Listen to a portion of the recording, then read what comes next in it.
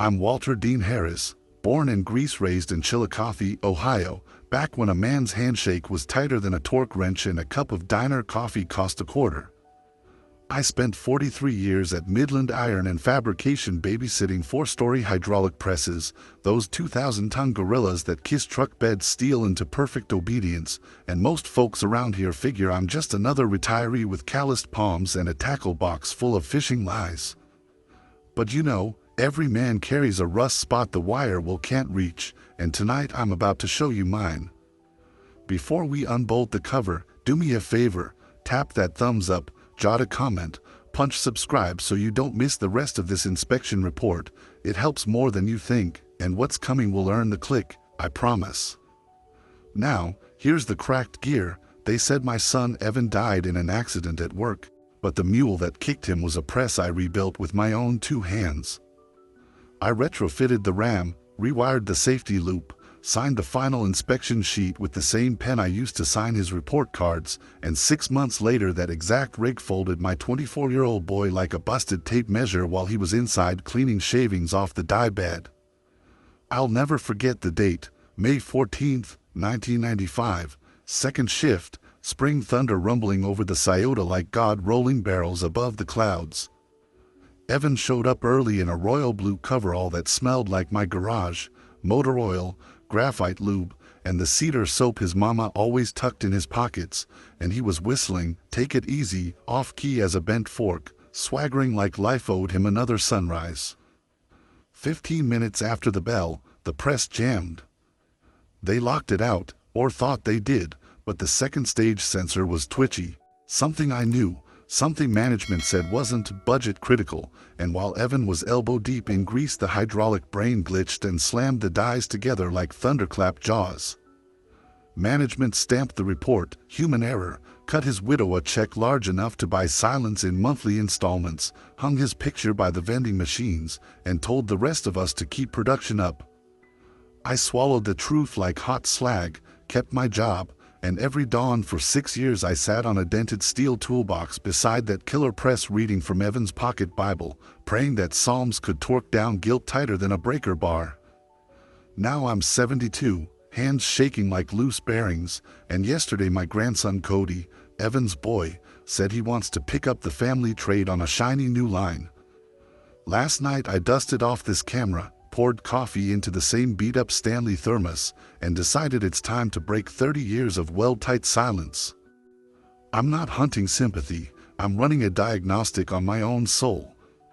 Because what took my kid wasn't fate or faulty luck, it was a $30 relay, a management nod, and my choice to keep quiet when the numbers didn't add up. Stick around and I'll show you exactly how a seasoned engineer lets one defective part slip past, how corporate corners get shaved until they're sharp enough to bleed, and how pride forges shackles tougher than tempered steel. So grab your safety glasses, keep your hands clear of pinch points, and follow me down the line, because when we reach the end I'm going to ask a question that won't let you clock out easy. Ready, my friend? Let's cycle the ram and see exactly where the cracks run. I grew up in Chillicothe, Ohio, a town where the morning fog drifts off the Scioto River and the sight of factory smokestacks is as familiar as church steeples.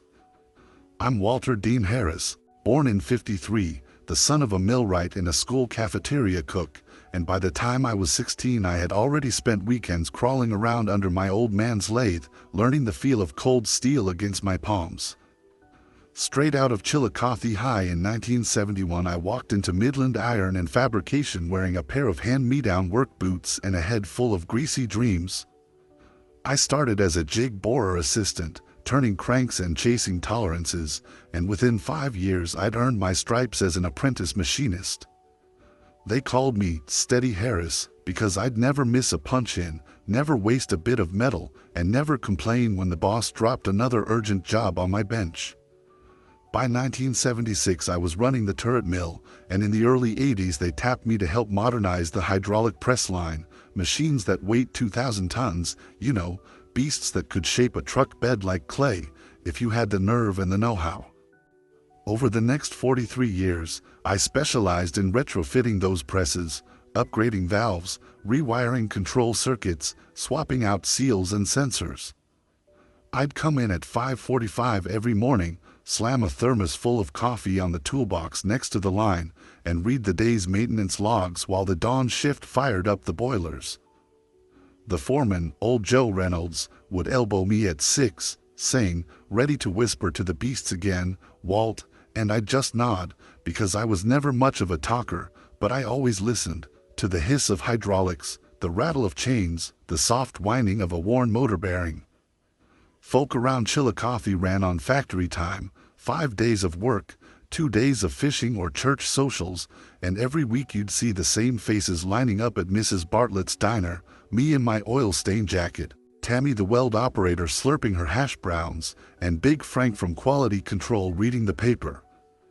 In those years I learned that success in our shop wasn't about speed, it was about respect. Respect for the machines, respect for safety, and above all respect for the men and women who stood inches from moving steel. I wasn't the sentimental type. I never cried in public, I never second-guessed a blueprint, tears and doubts were best kept under lock and key. But I prided myself on my work ethic. If a bearing whined, I'd swap it. If a sensor tripped, I'd trace the wiring back to the panel. If a supervisor balked at the cost of a new safety relay, I'd push back, quietly, with facts and figures, because corners cut in steel end up cutting lives. After 4 decades, I was the go-to guy for the toughest jobs, and I wore that badge in my own silent way. Just another old-school engineer, chipping away at metal and time. Now, sitting here at 72, I look back and realize those years weren't just about presses and pipes, they were about a community bound by iron and sweat, a rhythm of work that shaped us as much as we shaped the machines. You know, I still remember the smell of coolant in winter, the clatter of impact wrenches in summer, and the steady comfort of knowing exactly where every bolt and sensor belonged.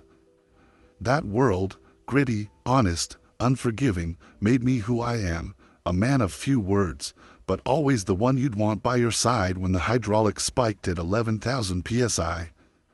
And that's the part of me you need to understand before we go any further, because what happened next didn't just break a machine, it shattered everything I thought I knew about responsibility, loyalty, and the cost of silence. It was May 14, 1995, and I rolled into the shop just after 6 p.m., pulling open the heavy steel door of Bay 3 like I did every Wednesday for the past 2 decades. The air was thick with the scent of hydraulic fluid and metal dust, and the overhead fluorescence droned in that way that makes your skin buzz. I set my thermos of bitter coffee on the edge of the toolbox, waved to Joe Reynolds the foreman, his hard hat tipped back, sleeves rolled up over tattooed forearms, and to Tammy Jenkins, the weld operator, who was already slipping on her welding goggles 2 benches down. Marlene Fields, our quality inspector, was standing by the conveyor, clipboard in hand, her sharp eyes scanning the surface of half-formed truck bed panels as they rolled off the finishing press. But I had my eye on my son, Evan Harris, fresh out of tech school and proud as hell to be wearing that navy blue coverall, elbow patches still unsoiled, boots still squeaking. He caught my nod and gave me that half grin he got when he was trying to look serious, the same grin he flashed when he scored his first A in physics or when he figured out how to swap out a hydraulic seal on his own.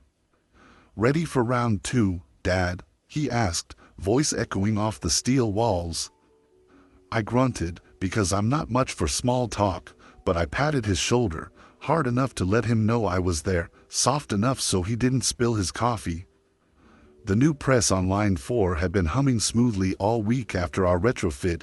I'd upgraded the safety interlocks, replaced the solenoid valves, and, against management's budget push, I'd pushed for a second-stage photoelectric sensor to catch any stray limbs before the die closed. But they'd called it an unnecessary luxury. "Production's king, Walt," they'd said. "We'll watch the line if it misbehaves." And I nodded, signed off on the parts order, and told myself I'd find a workaround later. Now, Evan and I were side by side at the control panel, scanning the display for maintenance warnings. The line was hitting quotas, The robots that fed steel blanks into the ram were synchronized to the beat of a mechanical heart, and for a moment, everything felt bulletproof. Then Marlene's voice crackled over the PA, "Guys, we're seeing a minor hitch on the second stage feed. Might want to run a quick clearance." Joe barked a terse acknowledgement and jogged over, clipboard in one hand, flashlight in the other. I found myself sweating even before I flipped the cabinet open. Evan leaned in, curious as a cat, asking what the code E27 meant. I told him it was a sensor alignment fault, nothing big, just needed a manual recalibration.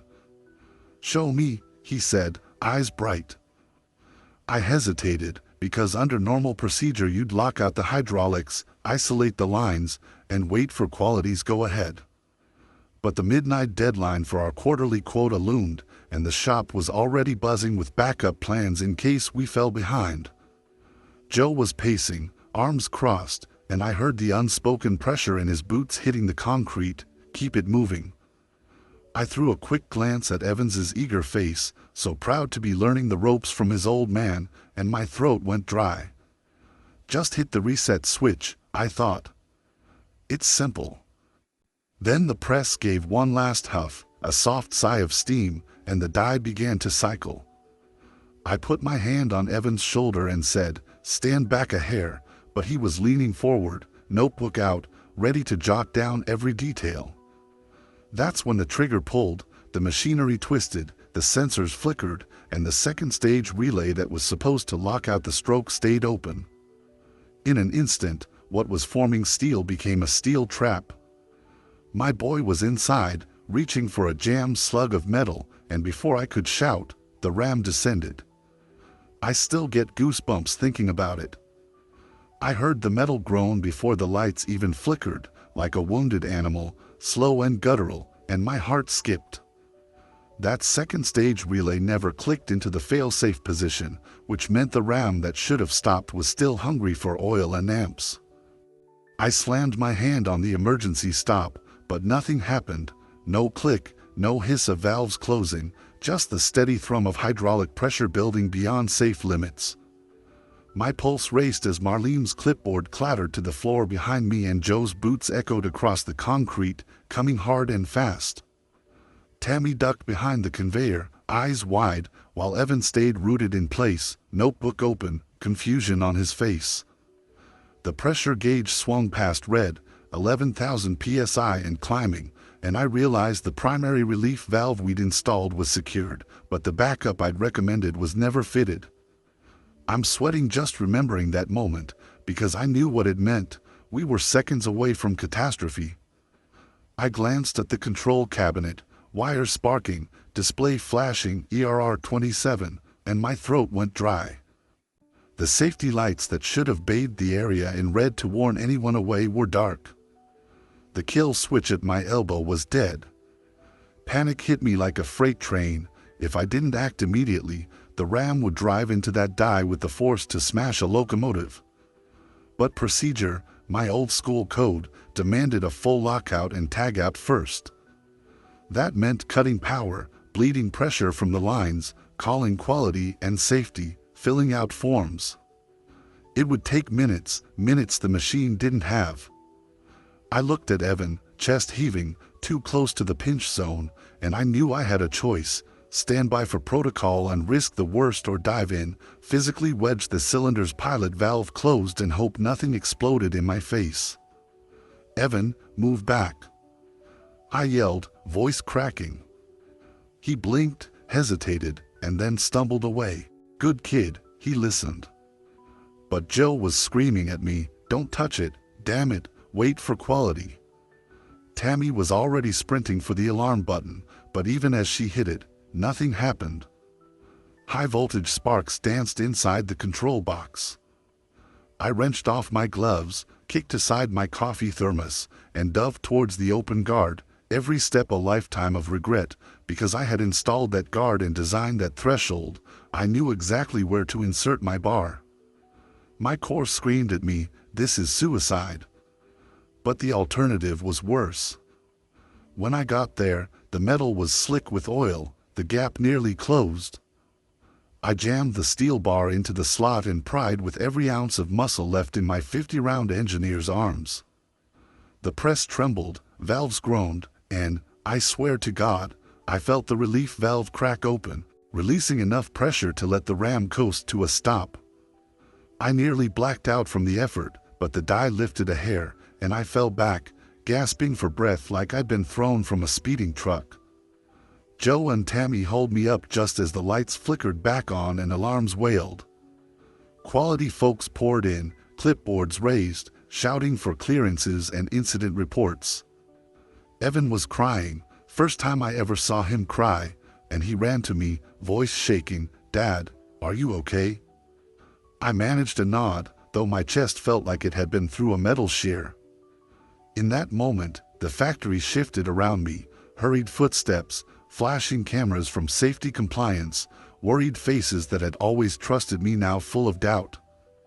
Management arrived minutes later, faces set like stone, asking if we'd followed procedure. I felt the old dilemma tighten its grip. Tell the truth, that I'd known the sensor was faulty and had pushed for a backup but backed down, or lie and blame the glitch or human error again. If I came clean, I'd lose my job, my pension, possibly face charges for willful negligence. If I stayed silent, I'd protect the factory, the community, even my family's livelihood, but at the cost of my integrity. That breakdown, that split-second choice between protocol and action, is where everything unspoled. Because fixing that machine saved lives that night, but it also sealed my silence even tighter, planting the seeds of guilt that grew into a forest of regret. And those trees cast long shadows, shadows I've only now decided to step out from under. That day in the boardroom was the hardest test of every year I spent at Midland Iron and Fabrication. I remember stepping into that windowless room with fluorescent lights buzzing overhead, heart racing before I spoke a word. Faces behind a long oak table stared at me like a jury waiting for a verdict. My palms were slick with sweat as I faced Mr. Caldwell, the plant director, and the rest of management. I cleared my throat and said, "Gentlemen, what I'm about to share changes everything you thought you knew about Evan's accident." Silence settled in, heavy as molten steel cooling in a mold. Caldwell adjusted his tie and said, "Proceed, Walter," in a voice colder than a drafty engine cover. I held up the maintenance log and told them, "Man, it was crazy. I knew the second stage sensor was unstable, and I pushed for an upgrade they refused." I watched as their expressions shifted from curiosity to alarm. The plant attorney shifted nervously, clutching his liability binder like a shield. My voice cracked, but I kept going. If I'd spoken up, Evan might still be here today. Joe Reynolds, the only friend in that room, squeezed my shoulder in silent encouragement. My confession felt like igniting a spark in a powder keg. Caldwell's gaze hardened, and he reminded me of my non-disclosure agreement. I laid my safety glasses on the table and replied, "I've broken that agreement the moment I lost my son." That simple truth echoed around the room, louder than any hydraulic press. Marlene Field's eyes shimmered with tears she tried to hide. The attorney threatened legal action, citing clauses and fines. I cut him off. "Sue me. Let the world see your memos turning safety into a cost-cutting line item." In that moment, I felt the weight of 30 years of silence lift like a heavy lid. The room shook with tension, like a press under overpressure. I thanked them for their years of service to me but refused to be complicit any longer. Mr. Caldwell's face turned ashen, and security officers hovered at the door. Joe stood and said quietly, "He's right," shifting the balance of power. I took a final breath and walked out, feeling both free and broken. I'll never forget the crack of my own conscience giving way under the strain. That confrontation was the climax, the moment I chose truth over obedience. It was dramatic, terrifying, and ultimately liberating. My world fractured then, but in those cracks, light of accountability poured through. You know, if you've stayed silent when you should have spoken up, you understand this feels like failure and salvation. Stick around, because next I'll share how that confession reshaped my life, my community, and my soul. I saw Caldwell swallow hard, his usual composure shattered by the weight of my revelation. You could hear a pin drop over the hum of air compressors out in the plant. The room felt smaller, charged with raw emotion and unsaid apologies. I thought of Evan's favorite verse in the Psalms, the one we read in the shop, "The Lord is my rock and fortress." I whispered it under my breath, and it steadied me like a grounding rod. Caldwell's eyes flicked to the maintenance log spread before us, seeing the messy truth in black and white. How could we ignore this? Marlene finally whispered, voice cracking. For a heartbeat, it felt like we were all culpable. That resolve rippled through the room, stronger than any safety protocol. I walked out of that boardroom under the weight of 30 years of steel-cold guilt, but I didn't walk away from responsibility. In the weeks that followed, Midland Iron and Fabrication, pressured by public scrutiny and the threat of OSHA fines, agreed to overhaul every hydraulic press on the floor. They installed redundant safety interlocks, calibrated every pressure relief valve, and retrofitted photoelectric sensors on each guard rail. I sat with the maintenance crew, my hands shaking as I passed down the exact torque specs and wiring diagrams I'd drafted decades ago, because to be honest, man, I still get goosebumps thinking about it. They called me back as a consultant, my final project before full retirement, which meant I had to face that same Line 4 press, now shining under brand new LED work lights, its circuitry mapped twice over, its cylinders tested to failure and rebuilt to factory tolerances. Standing there beside Cody, my grandson, watching him count off the lockout points one by one, explaining the importance of each PLC address, I felt something uncoil inside me. Pride, sure, but also relief that Evan's death meant something more than a footnote in a quarterly safety report. For my part, I walked away with a settlement that covered medical bills for Evan's widow and college tuition for Cody, because I insisted the company take care of them, not as hush money but as penance. I left active duty in the plant, but I didn't leave the shop floor entirely.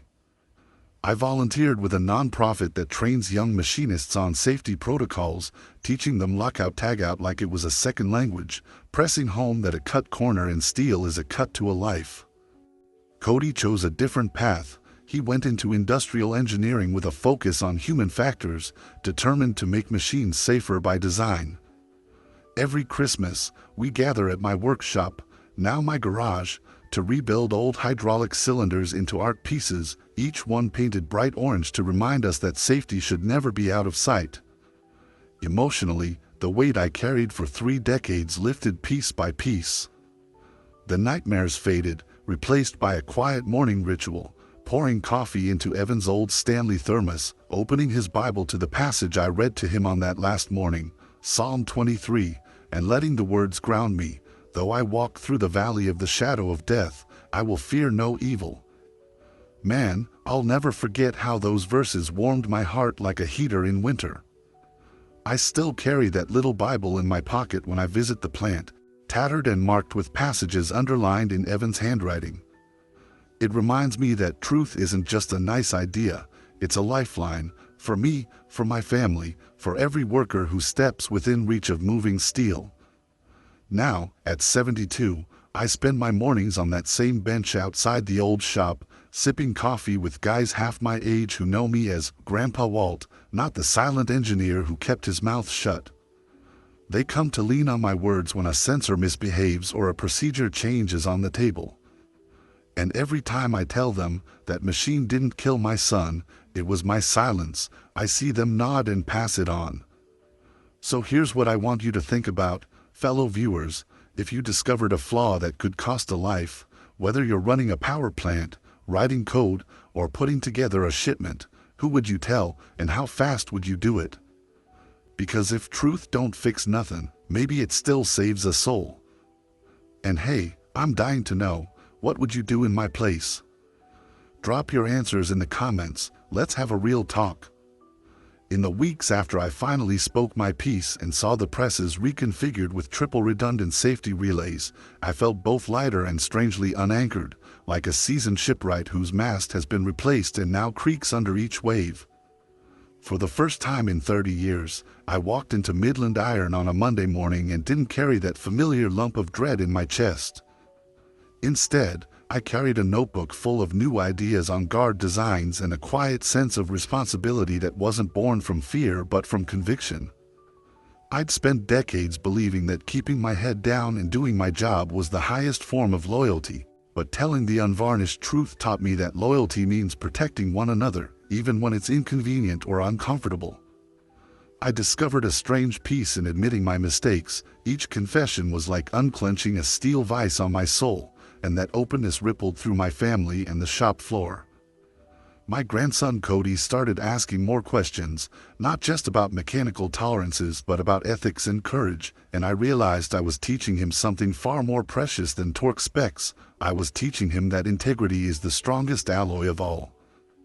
Emotionally, I felt a shift from guilt to purpose.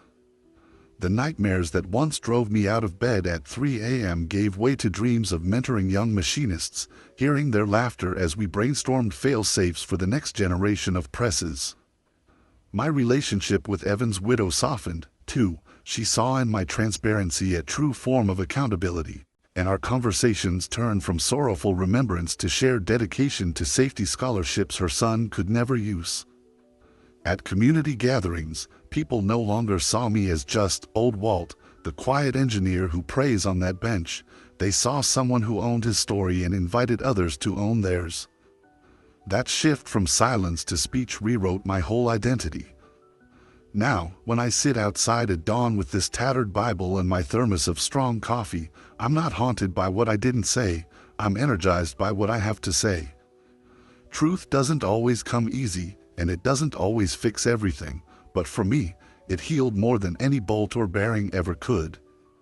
And every time I look out over the plant where I spent most of my life, I feel a swell of pride not only in the machines we built, but in the culture of vigilance and honesty we finally forged. That, to me, is the true aftertaste of a hard-earned confession. It's the sweet, clear sense that I did right by my son, by my grandson, and by every worker who steps into the danger zone of moving steel. I learned that owning up to mistakes isn't a weakness but the hardest kind of strength, one forged not in confident certainty but in the fire of regret and fear. For decades I thought loyalty meant silence, that protecting the company and my own reputation was the same as protecting my family. But I was wrong. True loyalty, I discovered, is built on speaking the truth, even when it threatens everything you've worked for. Coming clean about the faulty sensor and my part in silencing the warning saved lives and lifted a 30-year burden off my heart. It taught me that integrity isn't a luxury you apply when it's convenient, it's the tool you reach for when your back's against the wall and someone's life hangs in the balance. I used to believe progress meant pushing production quotas above all else, but real progress happens when you prioritize safety, honesty, and respect for every person who walks into your workspace. Now, when I teach lockout-tagout procedures to young machinists or talk shop with Cody over coffee, the lesson I pass on isn't just how to recalibrate a pressure gauge or wire a relay, it's that your voice is as important as your hands. Machines will always need skilled operators, but the world needs operators who will speak up, who will say, "This isn't right," long before it becomes too late. I carry that lesson with me every morning when I watch the sun rise over Midland Iron, grateful that the hardest confession I ever made also became the most liberating. Silence might keep the gears turning for a while, but in the end, it's truth that keeps the whole operation alive. After that season of upheaval, word of my stand spread through Midland Iron and fabrication like wildfire. I'd been old Walt, the silent machinist, for more than 40 years, and suddenly I was Walt the whistleblower, the engineer who broke a 3-decade code of silence to save lives. New hires would lean in at the tool crib and ask, "You're that guy who made them redo every press?" Veterans would nod, thumbs up, and say, "Hell of a day, Walt." The shop calendar even marked the anniversary of the retrofit as Safety Day, complete with a lunch and learn where I'd walk through the original failure, step by step, so nobody ever forgot how close we came to tragedy. It didn't end there. I started receiving letters from other plants, folks in Pennsylvania, Michigan, and even Texas, asking for my blueprints and my story. They wanted to copy the dual sensor layout, the backup relief valve configuration, or simply hear how I found the courage to speak up. Cody got me writing detailed maintenance guides for a nonprofit safety coalition, and I found myself on conference calls with engineers half my age, debating human-machine interfaces and alarm hierarchies. My reputation shifted from old-school mechanic to safety guru, which felt strange when I was still that same guy who showed up for coffee at 5:45 a.m. and chased tolerances until sunset. I never encountered a failure exactly like Evans again. Thankfully, the industry learned, and regulators got tougher, but I did see corners being eyed for cutting and whispered excuses about budget overruns.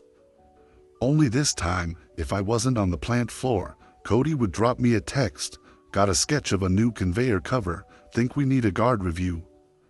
And I'd dive in, same instinct, same blueprint glasses perched on my nose.